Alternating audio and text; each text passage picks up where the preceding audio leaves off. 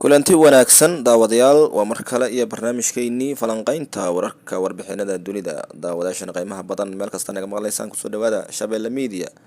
Qodobada waaweyn ee warkaad ku maqli doontaan waxaa ka mid ah madaxweynaha Mareykanka Joe Biden ayaa booqday caasimadda Ukraine ee Kiev halkaas oo kula kulmay dhigiisa Volodymyr Zelensky madaxweynaha wadanka Ukraine.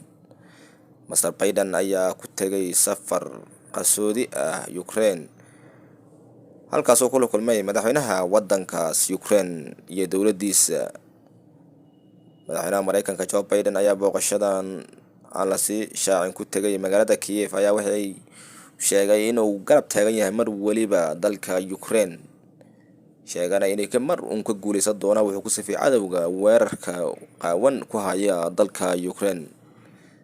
Safarka madaxweynaha Mareykanka Joe Biden oo qarsoodi ku tegay magaalada Kiev ayaa wuxuu goor shalay ka degay magaalada ama wadanka Poland halkaas oo safar dhulka oo 10 saacadood qaatay uu ku tagaaray magaalada Kiev ee caasimadda wadanka Ukraine.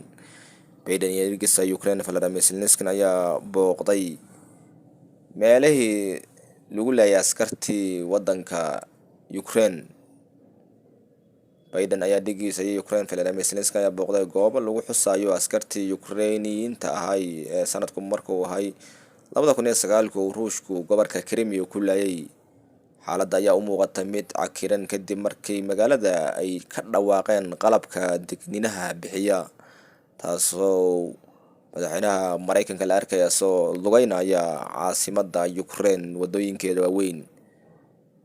Mareykanka ayaa sheegay inuu sii joogtay doono taageerada ballaaran oo siiyo dalkaas Ukraine.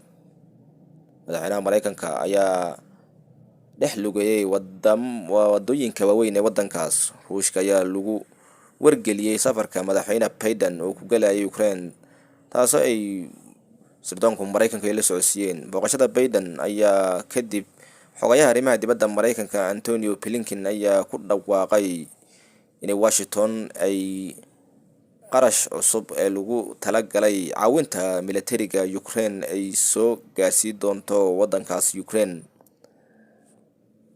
Madaxweynaha wadanka Ruushka Vladimir Putin ayaa khudbad u jeediyay baarlamaanka wadankiisa sheegana sababaha iyo guulaha ay gaareen militariga wadanka Ukraine.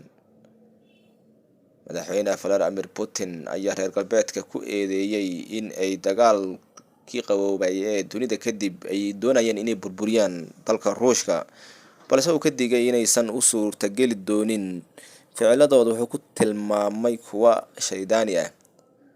Madaxweynaha wadanka Ruushka Vladimir Putin ayaa falanqeynaya xaaladaha guud ee dalkiisa iyo dagaalka soo socdo iyo istiraatiijiyadda weyn uu ka leeyahay Ruushku, halkaas in hankool Faransiiska qabto wadamada reer galbeedka ee dhuunta ka soo galaya.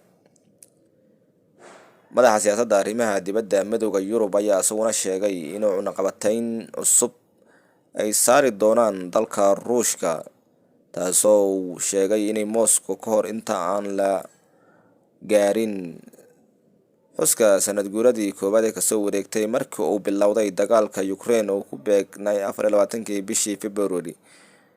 Dowladda Ukraine ayaa sheegtay iyaduna inay tallaabo kasto diblomaasiyadeed ay ku saabsan curyaaminta amba gacanaha inay ka qabato dalka Ruushka ee awoodiisa military dul dhigay wadanka Ukraine oo hore uga tirsanaa jiray dalkii Midowgii Soviyetkii. Dowladda Ukraine ayaa ku celcelisay inay dalalka saaxiibka la ah Ukraine reer galbeedka inay tuutay doonaan mar kale cunaqabatayn cusubna la saari doono dalka Ruushka. Madaxweynaha Russia Vladimir Putin ayaa afka ku adkeeyay inuu dalkiisu uu taageeri doono dadkii ama qoysaskii dadku uga dhinteen dagaalka ka socda Ukraine, taasoo uu ballan qaaday lacag bilyan dollar inuu ku bixi doono taageerada qoysaskaas ay ka dhinteen dadkoodii. Ruushka ayaa u muuqda inuu ku daba dheeraado dagaal baahan ay la gashay dalka Ukraine, taasoo reer galbeedku taageero baahan ay siiyeen wadankaas. Wadamada Yurub iyo Mareykanka ayaa gaarsiiyay hub casri ah iyo gantaalada kuwa aadka wax u gumaada dalkaas Ukraine.